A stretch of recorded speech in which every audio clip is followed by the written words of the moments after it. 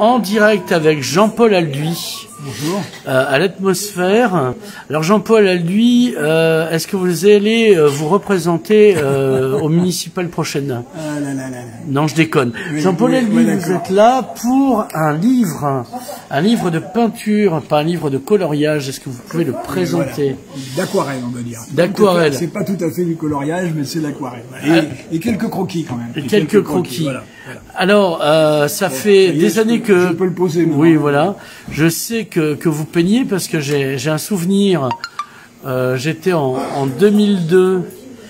On était en l'entre-deux-tours entre Jean-Marie Le Pen et Jacques Chirac. On était à la Nid de San Jordi. Ah, c'est possible, oui. Et là, vous avez offert dans l'intervalle une de vos aquarelles peintes de votre ancien appartement de la Terrasse à un certain Jordi Pujol, qui était le président de la Généralitat. C'est vrai que j'avais un appartement qui était à côté du Castillet, tout au dernier étage, avec une immense terrasse. Je le connais très bien, c'est maintenant Patrick Sommier qui y vit, qui était l'ancien directeur de la MC 93. C'est pour ça que j'ai pu visiter ton appartement. Et donc de là, moi tous les soirs quand j'étais un peu fatigué, je me mettais sur la terrasse et je dessinais la cathédrale ou le palais de roi de Majorque. Et c'est vrai qu'aujourd'hui, je suis capable de crayonner la silhouette du clocher de la cathédrale, les yeux fermés, que je tous par cœur. Et parfois, je fais une aquarelle. Et en effet, j'avais donné une aquarelle à Jordi Pujol. Tiens, j'ai oublié. Alors, pourquoi je dessine et je fais des aquarelles depuis longtemps? J'en ai toujours fait. Moi, je suis athée. Et j'ai besoin de... Plus que les croyants qui ont Dieu pour ça, j'ai besoin de mettre de la spiritualité dans ma vie et dans cet effort de dessiner, de peindre, d'aller chercher les raisons de la beauté d'un paysage, on trouve un chemin vers la spiritualité. Et c'est pour ça que j'ai toujours aimé dessiner, me reposer grâce à quelques couleurs jetées sur un papier. Voilà. Et donc, bon, le livre, c'est un peu différent. Il n'y a pas que Perpignan. Voilà. Oui, parce que j'en ai plein d'aquarelles et de croquis. Puis tu as beaucoup voyagé aussi. J'en ai plusieurs milliers. Et donc, il a fallu que j'en cherche sur les souvenirs, les meilleurs souvenirs de ma vie, quelque part. Et en fait, le point de départ de ce recueil, c'est que quand l'extrême droite est devenue... a pris la tête de la mairie de Perpignan, j'ai renoncé à faire des commentaires sur ma page Facebook, ça me faisait trop mal, Et donc j'ai peint, j'ai fait une aquarelle et j'ai publié une aquarelle, puis il y a eu des réactions, puis j'en ai publié une deuxième, il y a eu des réactions, et puis à un moment donné, j'ai donc instauré une sorte de rendez-vous hebdomadaire avec chaque fois une nouvelle aquarelle. Et puis au bout d'un an et demi, je ne sais plus, il y a quelqu'un qui m'a dit « Pourquoi tu ne fais pas une expo ?» Je dis « Non, je ne peux pas faire une expo. » Moi, je te l'ai dit. Oui, tu me l'as dit. Tu m'as dit non. Je ne peux pas faire une expo. Je ne suis pas un artiste. Un artiste, je n'ai pas la créativité d'un artiste. Par contre, je suis un artisan un peu besogneux qui a appris des gestes. C'est dans quelle école que tu as appris à dessiner? C'est quand tu étais à l'X Non, c'était en Urba? L'école des Beaux-Arts. Oui, c'est vrai. J'ai fait l'école des Beaux-Arts de Paris. Et de Perpignan aussi. Oui, mais j'ai appris à dessiner. C'est le père Morezo qui est dans l'école des Beaux-Arts. Joseph. Oui, Joseph, oui. Qui dirigeait l'école des Beaux-Arts de Perpignan et qui m'a appris à faire des fusains. Parce qu'au concours d'admission à l'école des Beaux-Arts de Paris, il fallait faire du fusain. Et je n'avais jamais tenu un fusain. Et donc c'est lui qui m'a appris. Et grâce à lui, je suis rentré à l'école des Beaux-Arts de Paris en 1900, je ne sais plus très bien, 65, 66. Et donc, il y a une digression, là, je ne sais pas. Oui, donc, je ne suis pas un artiste, je suis un artisan. Voilà, un artisan qui a appris des gestes. Parfois, j'ai progressé semaine après semaine. Un jour, quelqu'un m'a demandé de faire une expo et j'ai dit non. Et notamment toi. Par contre, il y a quelqu'un après qui m'a dit « Mais pourquoi tu ne fais pas un recueil ?» Et l'idée a trotté, et puis un jour je m'y suis mis, et c'est le recueil qu'elle a. Alors, c'est un peu plus qu'un recueil d'aquarelles, parce que notamment sur les aquarelles de Perpignan, je me suis un peu lâché pour expliquer la genèse des Dames de France, de la genèse de la place de la République, la genèse des quais Vauban, de la gare TGV, petite histoire d'amitié très forte avec Dina Virny et l'été sans bras. Alors, Dina Virny, on rappelle que c'était le modèle d'Aristide Maillol. Voilà, exactement. Et bon, j'étais très très ami avec elle, une amitié affectueuse, vraiment affectueuse. Voilà. Je l'explique. J'ai essayé de faire une aquarelle de la Méditerranée, du patio de la mairie, et à cette occasion-là, j'ai raconté mon admiration, mon amitié affectueuse pour Dina Virny. Voilà, donc c'est un recueil avec quelques réflexions. Voilà, puis le titre, jusqu'à mon dernier souffle, ça veut dire que quelque part, jusqu'à mon dernier souffle, j'arriverai toujours avec une aquarelle, un croquis, à me dire qu'il y a encore un jour demain, à voir toujours dans un paysage un horizon à découvrir, ou encore rester un citoyen à la fois pensant et militant. Alors, il n'y a pas que Perpignan, on le disait, il y a l'Égypte, il y a la Grèce, il y a la Méditerranée en général. Parce que tu es navigateur un peu. Oui, j'ai fait d'ailleurs tout un chapitre sur les aquarelles faites en mer. Parce que j'aimais bien, à la fin d'une journée parfois tumultueuse, parfois difficile, lorsque la brise bien douce, qu'on a arrêté le bateau dans une crique. J'aimais bien me mettre sur la proue et sortir pas dire je suis le roi du monde. Sortir mes aquarelles et en jeter quelques-unes. Alors ce que j'aimais d'ailleurs dans ces aquarelles, j'aimais toujours mettre un bateau parce que j'avais besoin du mât. Cette verticale du mât mettait de l'ordre dans l'aquarelle. Et donc j'ai toujours des aquarelles avec un mât, toujours. Voilà. Et puis j'ai aussi fait pas mal d'aquarelles de voyage, les voyages avec mon fils, on a fait le tour de l'Espagne, les voyages avec ma compagne et mon fils sur le Nil pour aller voir les temples jusqu'à Abou Simbel, etc. Et puis c'est vrai, j'ai pu faire quelques aquarelles des felouks. Parce que les felouks, ça navigue lentement, donc on a le temps de les peindre. C'est quand même très facile. C'est pas l'America's Cup, quoi. Voilà, c'est quand même beaucoup plus facile à faire. Puis c'est beau à voir, une felouk. Là, les voiles sont magnifiques. Quand tu arrives le soir, il y a des couleurs extraordinaires. Bon, voilà, le voyage. Donc il y a un chapitre sur les aquarelles des voyages, il y a un chapitre sur les horizons marins. Il y a un autre chapitre sur les chapelles, c'est les croquis. Est-ce que c'est pas quand tu étais candidat sénateur que tu as fait le tour au passage? Ah mais je suis allé dans chaque mairie et je prenais rendez-vous avec le maire et j'arrivais toujours un peu en avance exprès pour pouvoir dessiner la chapelle du village et arriver dans la salle en donnant le croquis de la chapelle. Ça m'a demandé de faire une photocopie et donc j'ai gardé les photocopies et j'en ai sorti quelques-unes. Il y a un chapitre sur ces chapelles du village. Voilà. Et je termine d'ailleurs par mon village, Montferré. Montferré, une aquarelle que j'ai assez réussie, les ferrés vus d'en haut. Voilà. Et puis il y a ensuite un chapitre. Le dernier chapitre, c'est sur Perpignan. Voilà, le dernier chapitre, c'est sur Perpignan et les réalisations de Perpignan. Et comme je le disais tout à l'heure, j'ai un peu développé l'histoire des Dames de France, en tout cas du rachat des Dames de France. Oui, maintenant que c'est l'école 42. Oui, ben j'espère que ça donnera une nouvelle vie aux Dames de France. Encore que j'ai été étonné qu'on ait acheté un bail 3 millions, alors que j'avais acheté le bâtiment 2 millions. Un bail qui, à mon avis, vaut rien, puisqu'il n'y avait pas aucune recette, il n'y avait plus de loyer, tout le monde était parti, etc. Il suffisait de louer le deuxième étage pour l'école 42 plutôt que de débourser 3 millions d'euros. Enfin, ça me paraît une dépense tout à fait inutile. Surtout en ce moment où l'argent est rare. Voilà. Et les budgets des collectivités locales sont d'autant plus difficiles à réaliser qu'il y a un certain nombre de ressources qui leur échappent, comme la taxe d'habitation.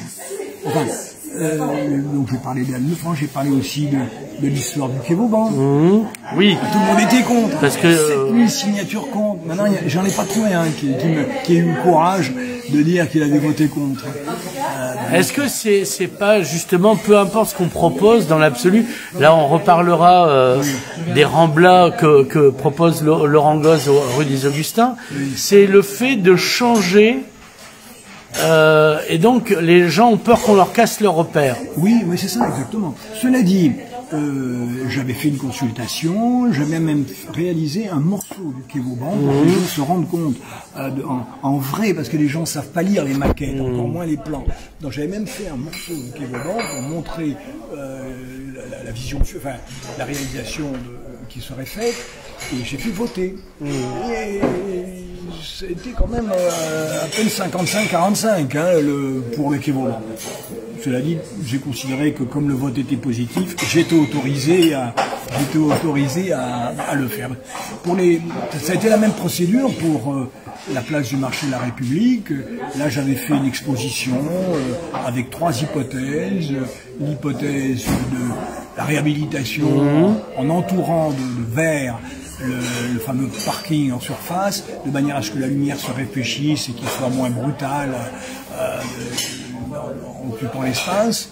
Et ensuite, il y avait 2 autres hypothèses. On démolit sans parking ou on démolit avec parking.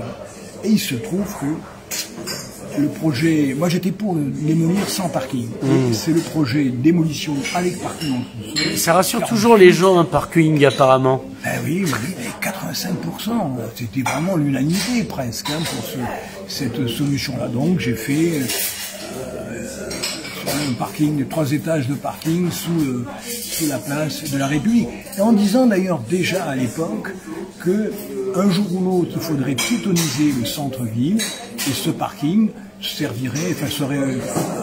loué à l'année aux résidents pour redonner une commercialité au patrimoine du centre historique qui perd sa commercialité du fait que il n'y a pas possibilité de garer sa voiture, il n'y a pas de garage dans les immeubles. Et il n'y a pas de bon plan de circulation de bus. Et puis en plus, exactement, il n'y a pas de bon plan de circulation de bus, il n'y a pas de tramway. Mais je suis pas sûr que Perpignan ait vraiment besoin d'un tramway. Je pense qu'il vaut mieux faire des bus. Moi, j'appelais ça... Un trambus, je me rappelle de l'époque. Oui, voilà, c'est ça. C'est-à-dire, je crois au contraire que avec des bus, on arrive pratiquement à la capacité d'un tramway. Quand on regarde, et le tramway, c'est quand même très traumatisant, surtout dans une ville où il n'y a pas de grands boulevards, il n'y a pas de grands espaces. Donc là, je suis plutôt pour... En fait, il faut des bus qui polluent pas, c'est ça le fond du truc. Oui, des bus électriques, ça existe. Et puis surtout, mon projet, j'ai pas pu le réaliser en entier, j'avais commencé à le faire, c'était de mettre tous les boulevards extérieurs de Perpignan à sens unique, alors que mon modèle, c'était Aix-en-Provence. Quand on va en Aix-en-Provence, on a des boulevards à sens unique autour du centre historique, et de temps en temps, on sort du boulevard pour aller dans un parking, et après on continue à pied dans le centre historique. Et mon modèle, c'était Aix-en-Provence. Et donc j'avais commencé à le faire, puis finalement, le projet a été... C'était au tout début, je me rappelle, parce que moi-même je débutais, je crois que c'était pour Radio Pays à Paris, la radio des Catalans, mais des langues minoritaires, où tu avais fait une grande conférence de presse, vraiment très grande, avec un dossier de presse, mais commasse. Une expo même, qui s'appelait, l'exposition s'appelle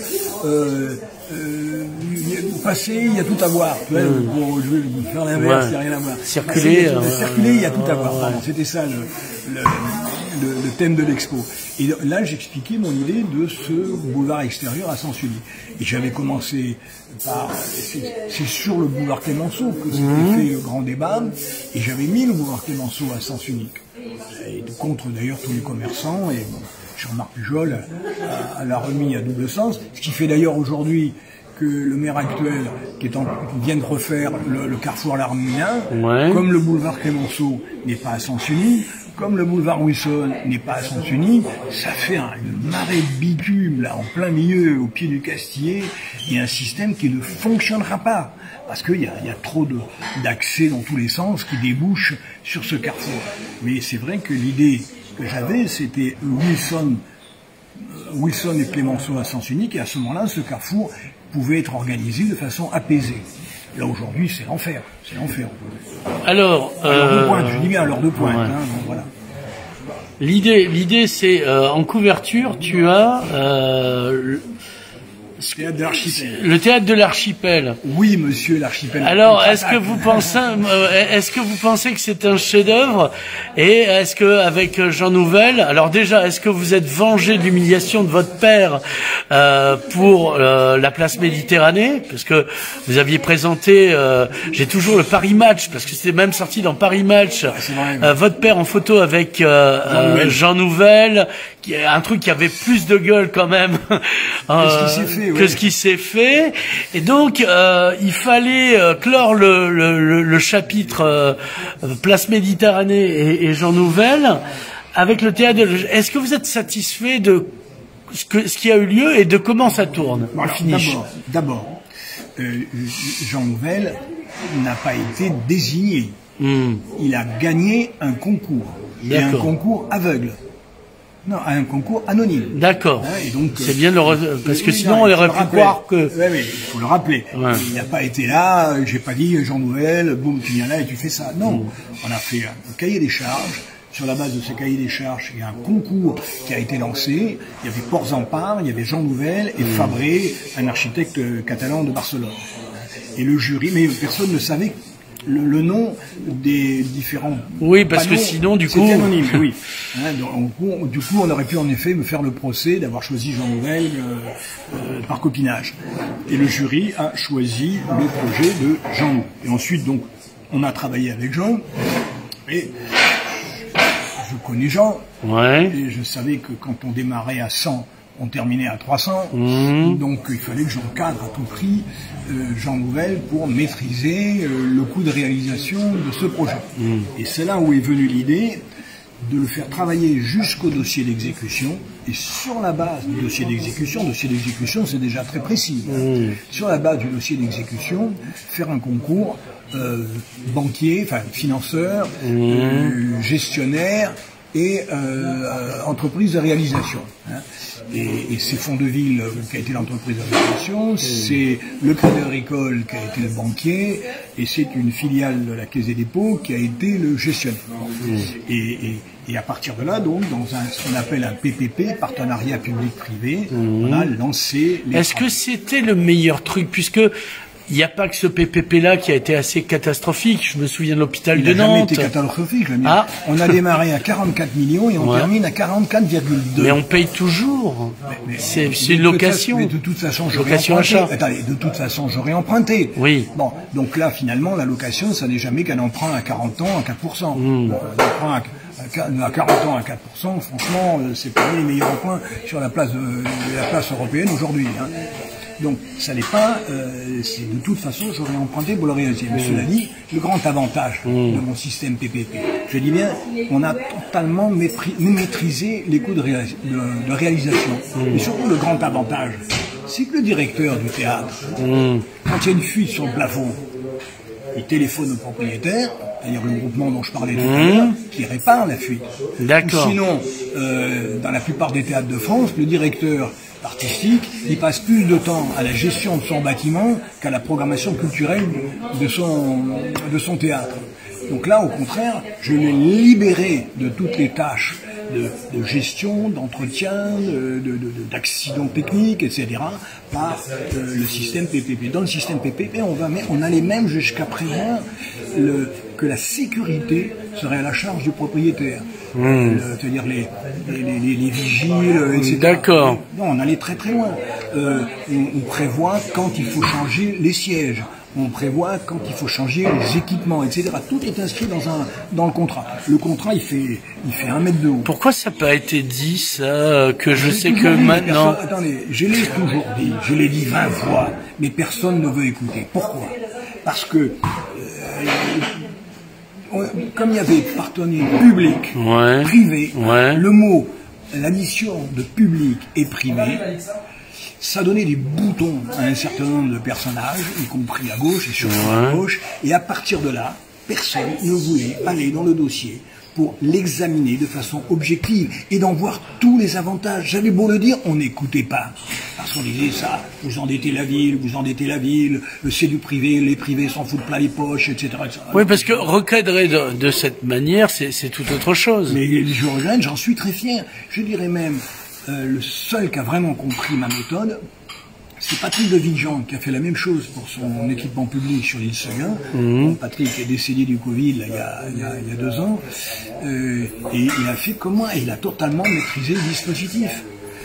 Donc il y a quand même des gens qui ont compris qu'un équipement culturel, c'est toujours un bâtiment très très compliqué, très complexe, et qu'il y a très peu de maîtres d'ouvrage capables de maîtriser ce genre de réalisation. C'est la raison pour laquelle Confluence, il a démarré à 120 millions, il est terminé à 300 millions. Même des choses plus simples comme la mairie de Montpellier, ils ont démarré, je crois, à 40, ils ont terminé à 120, etc., etc. Alors que nous, on a commencé à 40, on a terminé à 40,4. Et encore, c'est ma faute, parce que j'ai imposé cette sorte de balcon en verre en haut de la tour rouge sur lequel oui, le carré, non non, pas le carré, oui, en haut du carré. Ouais. Non, pas le carré il est en bas, il est en assise zircone. Non, la tour en béton rouge, sur lequel j'ai inscrit des citations dans toutes les écritures de la Méditerranée, en français, en espagnol, en catalan, en arabe, en juif, etc. Donc, est-ce que vous y allez toujours au théâtre? Évidemment. De l'Archipel, non, parce que... J'étais encore il y a pourriez bouder. Il y a 2 jours, non.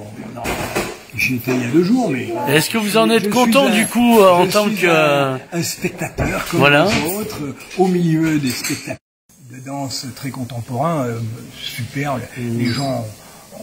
Ça a été une standing ovation, comme on dit, en catalan, voilà, en catalan, à la fin du spectacle. Et plein de jeunes, j'étais heureux de voir, il y avait toutes les générations qui étaient là. J'étais heureux, moi, je suis heureux de voir que le théâtre fonctionne bien et qu'il continue de tenir sa place. Et puis, le théâtre, pour moi, il y avait aussi la passerelle. Ah oui. Ah oui, la passerelle, ça faisait partie du projet. Parce que l'idée, c'est que ça soit un théâtre populaire. Et notamment, on a donc des tarifs, je crois que en moyenne, c'est de l'ordre de 8 ou 9 euros la place. Donc, vous voyez, et pour les jeunes, ils ont des places à 5 euros. Donc, on arrive à vraiment faire du spectacle de très haut niveau, de très grande qualité, créatif, moderne, à des tarifs accessibles pour le plus grand nombre. Et du coup, je voulais à tout prix une passerelle qui relie le théâtre au quartier populaire du Nord. Et cette passerelle, elle est là comme un geste vers le Vernet, comme un appel. Du coup, la passerelle a développé des commerces de l'autre côté. Exactement, de bons restaurants. Le meilleur pizzeria. Exactement. Là, chez Baston, pour pas dire... Exactement. Et qu'est-ce qu'il y a encore? Il y a les trabouquaires qui sont de l'autre côté. Et donc ça crée une économie, de même que j'avais aménagé le boulevard Leclerc et ça a fabriqué une nouvelle économie du boulevard Leclerc. De même, la passerelle est en train de faire une nouvelle économie du boulevard Tocqueville. Alors nouvelle ou... C'est une... vous y arrivez là? Oui, non, parce qu'en fait, on est à un endroit où c'est la frontière pour le signal de la 4G. Et donc... Est-ce que ça déplace? Parce que par exemple, la nuit, par exemple, la place de la République que nous avions connue festive... Non, elle n'a jamais été festive. Non, stop. Il est resté le REP, point final. Et le REP, parce que Claude Bacot est un type extraordinaire et qui avait été capable, y compris tout seul sur la place de la République, à faire quelque chose de très attractif. Et il y avait le Tché aussi, qui était un peu plus loin. Bon, mais c'était pas un lieu, ça n'a rien à voir avec l'ambiance qu'il y a sur le boulevard Leclerc aujourd'hui. Et d'ailleurs, le boulevard Leclerc, l'ambiance qu'il a, n'a pas été en compétition avec les Halles. C'est-à-dire que les Halles aussi ont trouvé leur place. Ça arrivait après. Ça bien arrivé après, et ils ont trouvé leur place. Et là, on a donc tout un quartier qui, le soir, lorsque le jour est tombé, attire pas simplement les Perpignanais, de tout le département et sans doute même de plus loin. Donc au contraire, on a fabriqué une économie nouvelle, nouvelle qui n'existait pas, en tout cas qui n'existait plus. C'est pas une clientèle qui s'est déplacée d'un endroit à un autre. Non. Parce que les gens de l'extérieur viennent de moins en moins à Perpignan faire la fête, il me semble. Alors, ils viennent encore au boulevard Leclerc. Oui, mais c'est vrai qu'ils ont du mal sauf les touristes l'été qui viennent avec les jeudis. Non, il n'y a plus de jeudi. Enfin, le jour n'a pas été retiré, mais il y a eu une évolution. Il y a la fête autour de la tête. Ça, c'est pas mal aussi. Oui, voilà. Donc, disons, bon, je vais pas m'amuser à me mettre sur ce terrain-là parce que... C'est un piège odieux et vous ne tombez pas, cher ami. J'aurais trop à dire, trop à dire. Non, mais ce qui est important, c'est de voir que ça a fonctionné. Et alors, c'était important aussi de mettre le théâtre à cet endroit-là. On le met au croisement entre l'axe nord-sud de la ville et l'axe est-ouest de la ville. C'est-à-dire que quand vous arrivez à Perpignan, tout de suite, vous avez cette image de modernité. On aime ou on n'aime pas, mais c'est une image de modernité. Et moi, je prenais mon exemple sur Bilbao. Bilbao avec le Guggenheim. Pareil, c'était une ville en grande difficulté, Bilbao, parce que la fin du charbon, de la série, etc. Et donc, il va mettre son magnifique musée de Franck Gehry au moment à la jonction entre le centre brillant ancien mais en décadence sur le plateau et la vallée, j'ai oublié le nom de la rivière qui est là en bas, qui était une friche industrielle. Et donc ça va complètement créer une économie nouvelle, à la fois dans l'ancien quartier et surtout dans les nouvelles constructions, les nouveaux quartiers le long de la rivière. Non, je prenais exemple sur cette dynamique-là. Hein. Et pour moi, je disais toujours, le théâtre de l'Archipel sera à Perpignan ce que le Guggenheim a été pour Bilbao. Oui, les Américains viendront à Perpignan, je me souviens encore. Alors, la question, pour que les gens viennent, il faudrait peut-être qu'on ait un tronc. Voilà. Voilà. Ah oui, mais là, écoutez, hein. Alors pourquoi alors vous avez réussi à négocier Barcelone-Perpignan, ce tronçon-là. Pourquoi Montpellier, le tronçon entre Perpignan et Montpellier, on ralentit. Ça a jamais réussi. Moi, j'ai toujours pensé que en faisant le tunnel. J'avais fait le maillon essentiel, oui, que le reste suivrait, que le reste suivrait. J'ai jamais imaginé que le maillon manquant ne se réalise jamais. C'est une insulte à l'intelligence. Vous vous souvenez, c'était quoi, l'an dernier ou il y a 2 ans, lorsque il y a eu une inondation qui a enlevé 100 mètres de voie ferrée, on s'est retrouvé à un moment donné complètement isolé du monde. Il n'y avait pas d'avion, il n'y avait pas de train. La route était bourrée de camions, ce qui fait que c'était presque inaccessible. Non, mais on s'est retrouvé pendant 1 mois, mais vraiment. C'est parce qu'on prévoit plus en fait. Je pense. Vous qui avez été à Polytechnique, donc c'est le métier d'organiser, de faire des plans, pas des grosses plans, mais. On n'a pas eu de veine là-dessus. D'abord parce que on a manqué de leader politique au moment où il fallait. Voilà, au moment où il fallait. On avait quoi à l'époque? Alors il y avait Juppé qui était à Bordeaux, qui a donc très vite fait accélérer le TGV Paris-Bordeaux et la suite. Oui, il l'a. Et oui, voilà. Alors que j'étais nettement en retard sur nous. Donc il a manqué des élus de dimension internationale, d'une dimension nationale en tout cas, au moment où il fallait. Et ensuite, c'est vrai, on a passé son temps à chercher la bonne technique, le bon projet. Il y en a qui voulaient voyageurs et fret sur le même projet, d'autres qui voulaient séparer voyageurs et fret, etc. À force de compliquer le film et de ne pas se stabiliser sur une solution, j'allais dire, on a perdu, le wagon est passé et on a perdu sur tous les plans. Hein.